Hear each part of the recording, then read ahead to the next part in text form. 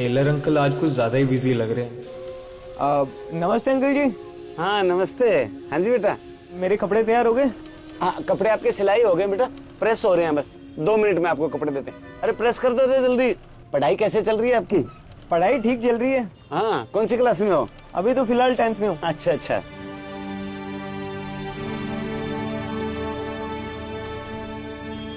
ये कैंची और सुई का क्या मामला है? अरे टेलर अंकल करना क्या चाहते हैं? टेलर अंकल से पूछ ही लेता हूँ। अरे चलो रहने दो, बाद में पूछूंगा। ये लो भैया आपके कपड़े। Thank you uncle ji. Uncle ji कितने रुपए हो गए? 400 रुपए।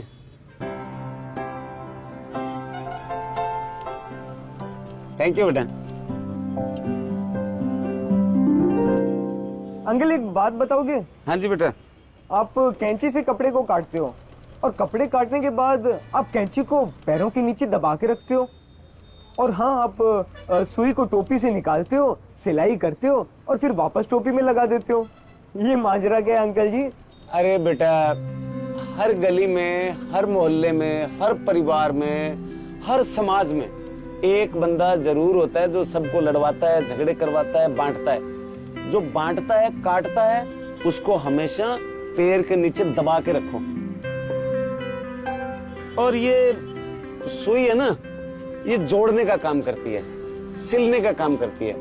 एक बंदा परिवार में, समाज में ऐसा भी होता है जो सबको जोड़ के रखता है। तो बेटा बांटने वाले को हमेशा पैर के नीचे दबा के रखो, जोड़ने वाले को हमेशा सर का ताज बना के रखो। अरे वाह अंकल जी, आपके कितने उच्च विचार हैं। आपसे बहुत कुछ सीखने को मिलता है। लेकिन एक बात है, बांटने वाले तो बांटने की कोशिश करते ही रहेंगे, चाहे कुछ भी कर लो। ये हिंदुस्तान है जो ना कभी बटा है ना कभी बटेगा, कि निशाने चूक गए निशान बाकी है, निशाने चूक गए निशान बाकी है, शिकार गाह में मचान बाकी है। फिर एक बच्चे ने लाशों की ढेर पे चढ़ के कह दिया कि अभी खानदान बाकी है।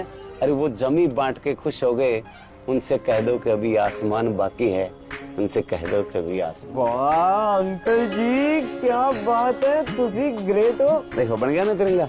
इस हिंदुस्तान को कोई नहीं बांट सकता बेटा, ये हमेशा जुड़ा ही रहेगा। बाकी सही कहा आपने, जो काटता है उसे पैरों के नीचे दबा के रखो और जो जोड़ता है उसे सर का ताज बना के रखो। चलता हूँ। ख्याल रखना अपना। ये बात शेयर करने वाली है वैसे।